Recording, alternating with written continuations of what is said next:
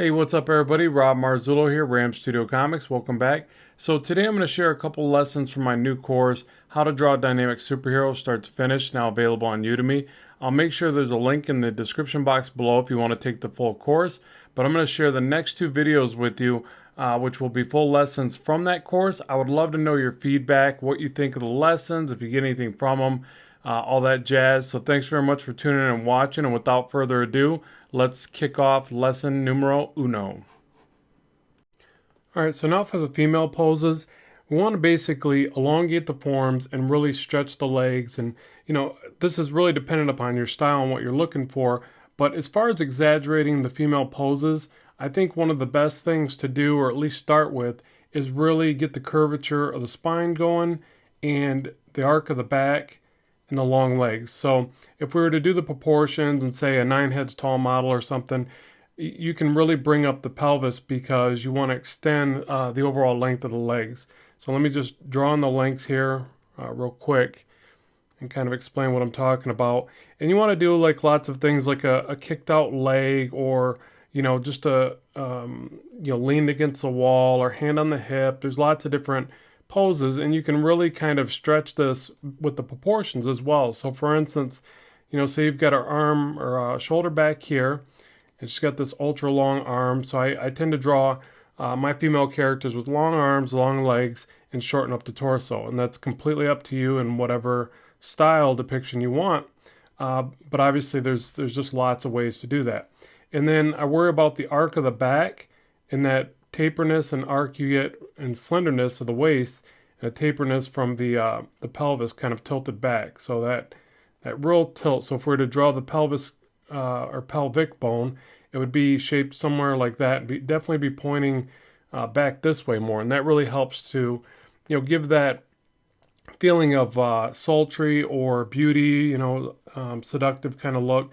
So lots of curves when drawing the women, obviously. There are styles that are very angular that do it really well too, but I think if you're just starting out and you're really having a hard time getting soft, feminine looking qualities, you might want to start with all curves. So me particularly, I use some angles, but a lot more curves on the women and more angles on the male characters. Just seems to be a good way to define male versus female. So again, kind of overextending that front foot and kind of making it look like high heels or something, just to push that effect and make it a little bit more dramatic of a pose. And I always struggle to bring the ankles down thin enough. So even here I feel like the legs need to be longer by comparison than I normally like to draw. So what I'm going to do is just shorten the upper body a little bit like this.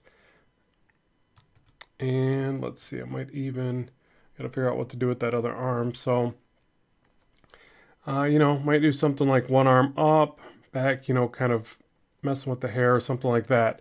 So, just like that, we've got this kind of over-exaggerated pose. Proportions are all wacky, all that stuff, but it's not so much about that in the beginning. You just want to kind of get that idea down and then, modify it from there. So, again, these initial poses don't have to be perfection. They just have to convey a message and really to yourself. So whenever you're designing these, you just want to be able to see into it and go, okay, I think I know where I'm going with this. Unless you're showing it to a client, then maybe you want to define it a different way. But I always look at it like, can I see where the ideas are? Does this inspire me to take it to the next step? If it doesn't, then I got to reevaluate it and figure out what's not right about it. And can I salvage the sketch, or do I just start right over? Because sometimes you can turn a bad sketch into a good one, so you gotta really make that decision for yourself. So now, as I get in here and refine it a little bit more, I'll just throw in some basic shapes just to kind of again check the work and see if this is a good sketch or not, if it's got enough potential.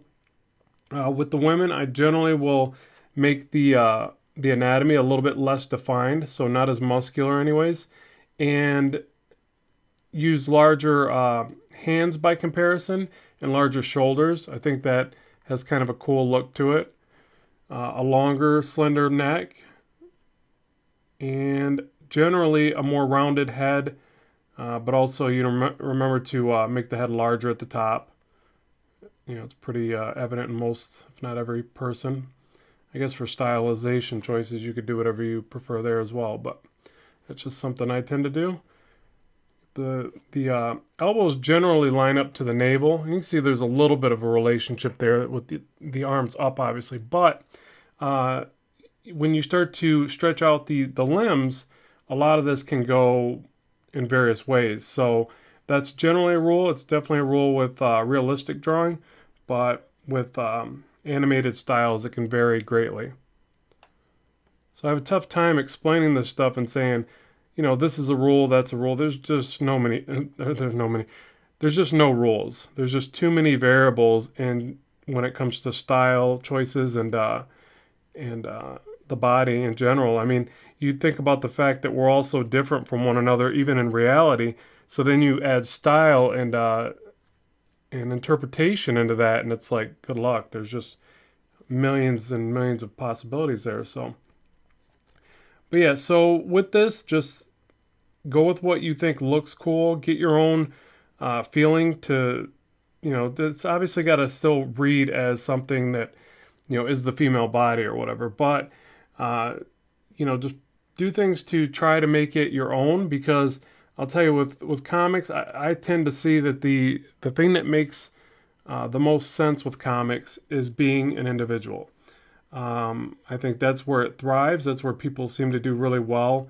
And I always notice that if I do a piece of artwork that just seems a bit mundane and a bit like everybody's done that one, it'll only go so far. But then if I do something that I really feel is just creative and my own thing, it tends to get noticed more. So that's just my, my depiction or interpretation on that. But so a little bit of hair here. Now I'm not going to get too far into this one. I'll just do some crazy looking fingers there. And now we'll get into doing some other poses. But what I wanted to basically illustrate here for you is that you can still take just a basic pose. It's not, this is nothing special. It's just a girl kind of standing there. She looks like she's holding a cell phone to her ear or something. And then hand on the hip, one leg out. So really simple, but exaggerated. And, not from any reference, just from the mind. So that's where you can do this stuff and really come up with some interesting looking poses, and you got to still make the boring poses look interesting. So I guess that's the main thing with this. It's like, could it be a lot more dynamic? Of course, but you also need those basic poses where they're just kind of standing around, but they're not just straight up and down. They're not just lifeless, and that's hopefully what I conveyed there. So now let's try something that's a lot more dynamic and kind of action and movement. So that'll complete the first sample lesson, and the next lesson we'll address the pose on the right and talk about the body in action a little bit. So let me know what you think. As always, keep drawing, keep having fun, and I will talk to you soon.